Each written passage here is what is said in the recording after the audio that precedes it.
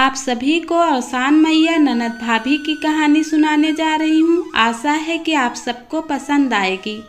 अवसान मैया की कहानी। एक गांव में राम लखन अपनी पत्नी जानकी और अपने 2 बच्चों के साथ रहते थे। एक बेटा और एक बेटी थी।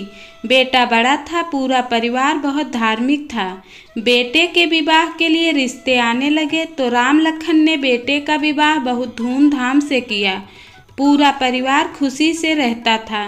कुछ समय बाद बीमारी के कारण राम लखन की मृत्यु हो गई।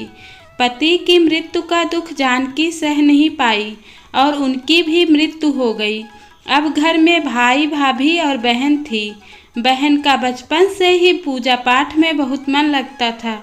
वह सुबह उठती, स्नान करके अपना पूजा पाठ करती।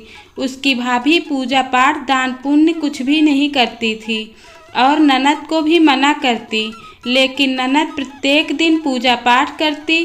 भाभी उससे बहुत जलन रखती और घर का सारा काम कराती।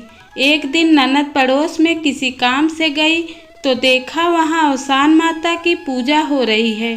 घर आकर अपनी भाभी से बोली, भाभी, अवसान मैया की पूजा करने से सभी कष्ट मिट जाते हैं, हम भी करेंगे। लेकिन भाभी ने मना कर दिया। अब धीरे धीरे उसकी भाभी और परेशान करने लगी, लेकिन वह फिर भी खुश रहती। एक दिन भाभी ने सोचा कि जल्दी से इसकी शादी करके इसे यहाँ से भेज देती हूँ और बहुत गरीब घर में ननद का विवाह करवा दिया। ननद अपने ससुराल में भी साफ सफाई करके पूजा पाठ करती और अवसान मैया का पूजा कराती।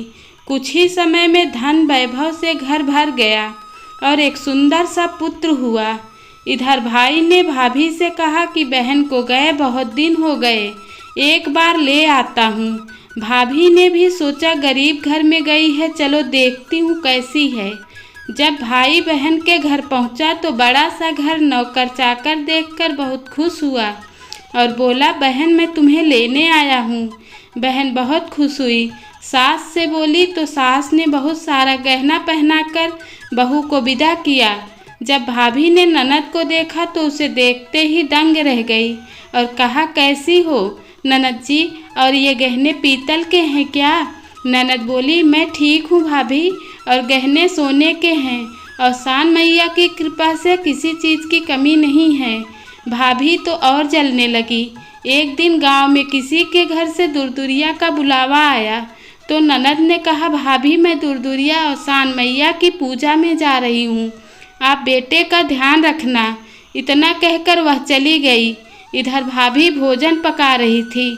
बच्चा खेलते खेलते आग के पास चला गया। भाभी ने बच्चे को आग में धकेल दिया और घर में जाकर लेट गई। ननद घर आई और भाभी भाभी बुलाने लगी, लेकिन भाभी बोली नहीं। ननद ने देखा उसका बेटा घर के आंगन में खेल रहा है। ननद ने बेटे को गोद में उठा लिया और खिलाने लगी। जब बहुत देर हो गई तो भाभी ने सोचा अभी तक ननद के रोने की आवाज़ नहीं आई, देखती हूँ। जब बाहर आकर भाभी ने बच्चे को स्वस्थ और खेलते हुए देखा तो सुन्न रह गई और ननद के पैर पकड़कर रोने लगी। ननद ने कहा, क्या हुआ भाभी, रो क्यों रही हो? तब भाभी ने सारी बात बता दी तो ननद ने कहा, यह सब अवसान मैया की कृपा का फल है। भाभी ने ननद से क्षमा मांगी और उस दिन के बाद से भाभी बहुत प्यार से रहने लगी और अवसान मैया की पूजा करने लगी। जय अवसान मैया की। जैसे आपने उस बच्चे की रक्षा की, वैसे ही सभी पर अपनी कृपा बनाए रखना। चैनल को लाइक सब्सक्राइब कर लीजिए, जिससे इस तरह की और भी अच्छी अच्छी कहानी आप तक पहुंचाने में मदद मिल सके।